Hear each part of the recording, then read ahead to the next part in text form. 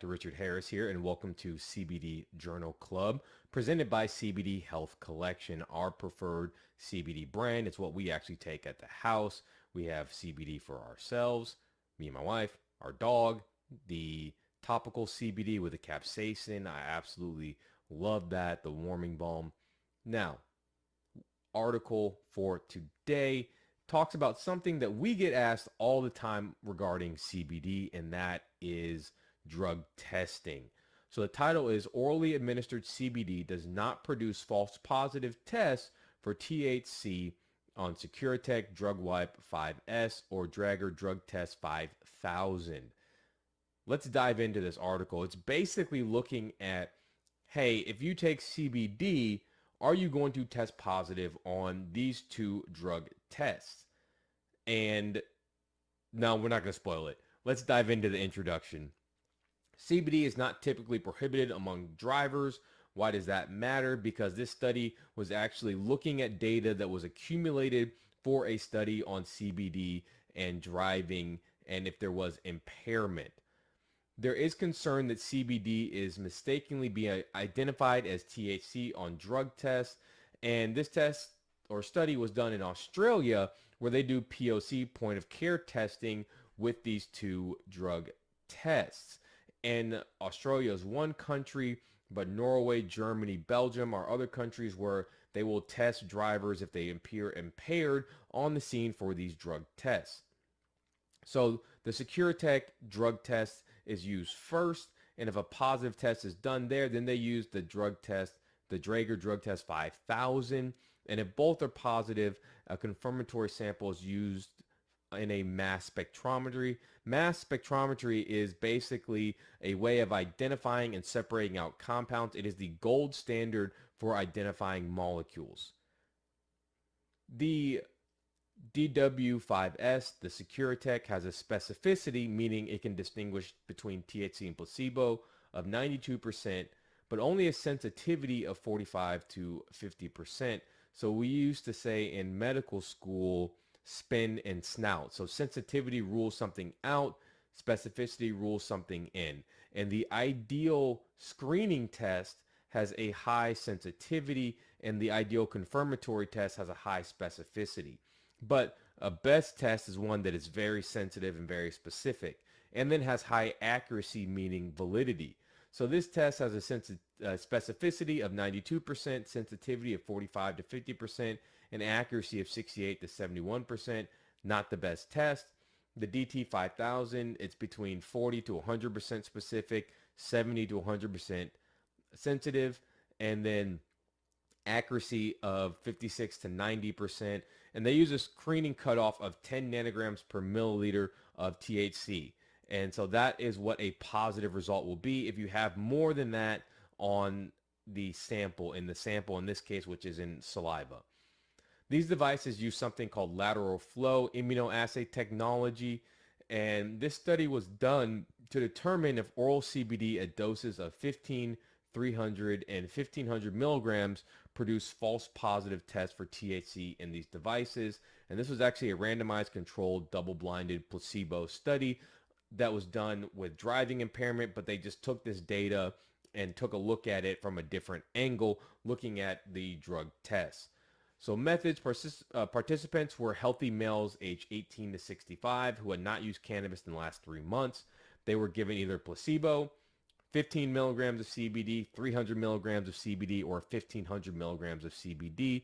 Again, it was randomized. It was double blind, meaning neither the author or the scientist or the participants knew if they were getting placebo or CBD. The sessions were separated by a washout period of 7 days. Individuals were told not to use illicit drugs and restrict alcohol and caffeine prior to each session, as these things can have different influences on particular measures, especially in the case of driving. We know that with alcohol, and then caffeine can change metabolism of certain things. Participants arrived in the morning and completed a drug screen that baseline, and then 20, 145 minutes, and 185 minutes after treatment.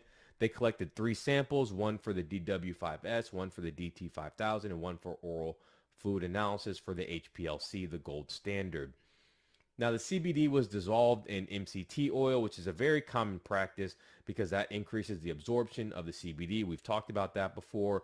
Now, to make sure that things were blinded, they use an equivalent volume of 15 mLs to dissolve the dose in. And this was basically a high fat supplement to increase absorption of the CBD, and it was given with a standardized breakfast. It was a CBD isolate, and they checked it to make sure it didn't contain any other cannabinoids or terpenes. They looked at CBD, THC, CBN, and CBD concentrations in the fluids that were collected, also in the CBD, to make sure that it was pure and an isolate. Now, the DW5S test can detect concentrations of cocaine and opiates and amphetamines greater than 10 nanograms per milliliter. The DT5000 also can do cannabis, opiates, amphetamines, methadone, ketamine, benzos, a lot of different drugs, and also at a 10 nanograms per milliliter cutoff. And what they wanted to do was look at results were true positives, meaning do they actually have THC in their system? False positives, meaning they had CBD, but it tested positive for THC. True negatives, there was no THC. Or false negatives, there was THC, but it tested negative. And they confirmed all results of the primary analysis on those two tests with the HPLC, that gold standard. So what are the results? So the CBD was not detected at baseline in placebo treatment or the treatment group, so there was no CBD present at baseline to skew the results. Other cannabinoids, CBN, THC, and CBG were not detected in any samples whatsoever in the treatment or the placebo group. Oral fluid CBD concentrations were highest at 30 minutes post-treatment. Then they did 259 DW5S tests, 61 at baseline, 51 after placebo, 48 after 15 milligrams of CBD, 48 after 300 milligrams, 51 after 1500 milligrams. There was a 100% true negative rate for THC in this group, meaning none of these people had THC that was detected in their samples, and the tests actually tested them negative for THC. 256 DT5000s were done, 65 baseline, 45 post-placebo, 48 post 1500 milligrams, 50 post 300, and 48 after 1500 milligrams. And it also had a 100% true negative rate for THC. Now, what does this mean? It means that CBD did not have any false positives or true positives. Remember, false positives meaning there was no THC, but the test showed there was THC. And then true positive means there was THC and it showed there was THC. So no false positives or true positives on either test at 15 milligrams, 300 milligrams, or 1500 milligrams with CBD. Now, the manufacturers of the DT5000 say the test is sensitive to CBD, but only in concentrations above 90,000 nanograms per milliliter, which is an unattainable concentration in humans. And the DW5S is not sensitive to CBD at concentrations less than 10,000. So this corroborates what these manufacturers are saying, and saying that their tests are not going to pick up a false positive. If you take CBD, it's not going to unrightly say that you have THC in your blood. So the results of this study substantiate the claims from the manufacturers. Now, we know that full spectrum CBD in Australia can contain 2 milligrams per 100 milligrams of solution. Now, here in America, it's limited to 0.3%, which is 0.3 milligrams of THC per 100 milligrams or 100 mLs of solution.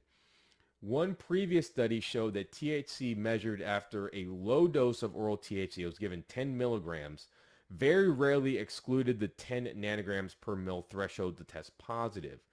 So a dose that was much higher, 10 milligrams, than what you would get taking even a full spectrum CBD, did not test positive. And the authors say that oral CBD containing small amounts of THC appears very unlikely to elicit a true positive, meaning THC in the blood, THC test positive on the test, testing for POC testing. Because remember, it can't just detect any and all amounts of THC. There has to be a threshold amount. Also, one of the things about this study is they looked at oral ingestion. Now, when you take CBD vaporized, there's some vaporized CBD products out there, you actually get higher concentrations. And so that could skew the results because you get higher concentrations of CBD. And some people think that CBD can get turned into the other cannabinoids. This would happen in petri dish studies, but when we've done animal studies on this, there was no conversion of CBD to THC or other cannabinoids. So this study did not detect any other cannabinoids in the samples, meaning that CBD was not turned into CBN or CBG or anything like that.